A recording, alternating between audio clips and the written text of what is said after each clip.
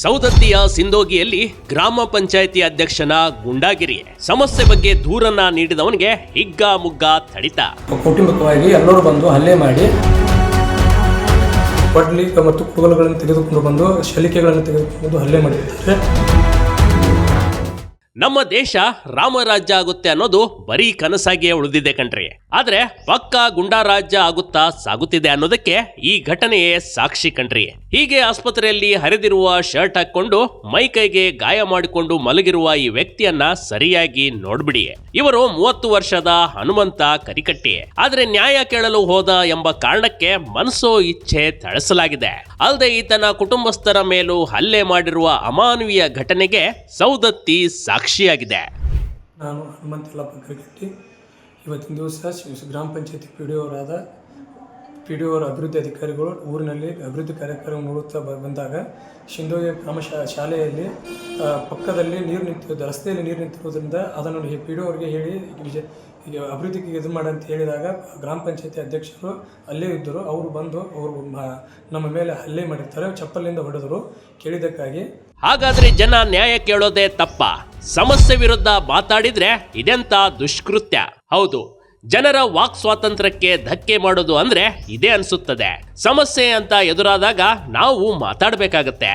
ಆದ್ರೆ ನ್ಯಾಯ ಕೇಳೋಕೆ ಹೋದ ಹನುಮಂತನ ಮೇಲೆ ಗ್ರಾಮ ಪಂಚಾಯಿತಿ ಅಧ್ಯಕ್ಷ ಹಲ್ಲೆ ಮಾಡಿದ್ದಾನೆ. ಅಮಾಯಕನ ಮೇಲೆ ಹಲ್ಲೆ ಮಾಡಿ ದೊಡ್ಡಸ್ತನ ತೋರಿಸಿರುವ ಘಟನೆ ಬೆಳಗಾವಿ ಜಿಲ್ಲೆಯ ಸೌದತ್ತಿ ತಾಲೂಕಿನ ಸಿಂದೋಗಿ ಗ್ರಾಮದಲ್ಲಿ ನಡೆದಿದೆ. ಅವರ ಕುಟುಂಬಸ್ಥರು ಬಂದು ನಮ್ಮ ಮೇಲೆ ಹಲ್ಲೆ ಮಾಡಿರುತ್ತಾರೆ.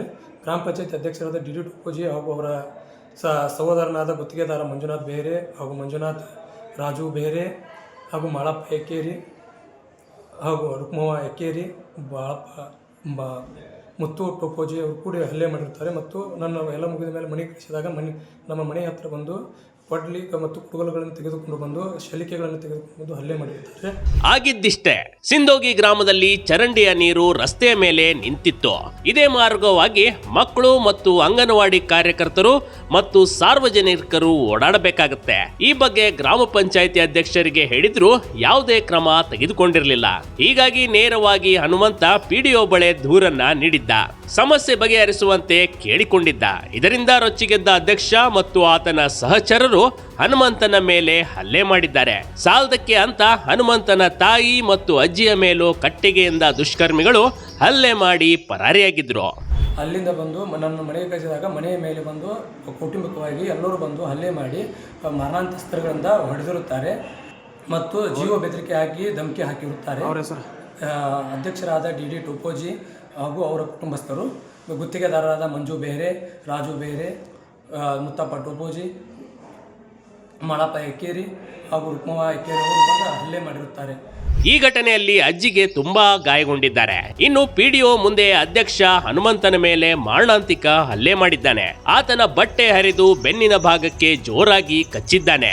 ಇದರಿಂದ ಹನುಮಂತನ ಬೆನ್ನು ಭಾಗದಲ್ಲಿ ಹಲ್ಲಿನ ಗುರುತುಗಳು ಮೂಡಿದ್ದು ಕಂಡು ಬರ್ತಿವೆ. ಇದಕ್ಕೆಲ್ಲ ಕಾರಣ ಹಳೆ ದ್ವೇಷ ಅಂತ ಹನುಮಂತ ಆರೋಪ ಮಾಡಿರೋದು ಹೀಗೆ.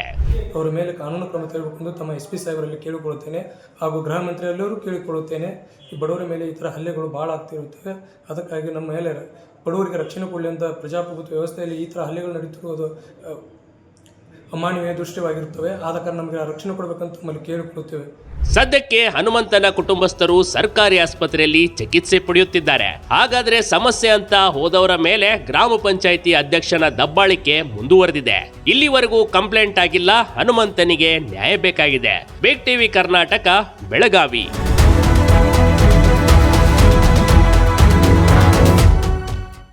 ಬಿಗ್ ಟಿವಿ ಕರ್ನಾಟಕ ಯೂಟ್ಯೂಬ್ ಚಾನೆಲ್ಗೆ ಈಗಲೇ ಸಬ್ಸ್ಕ್ರೈಬ್ ಮಾಡಿ. ಧನ್ಯವಾದಗಳು.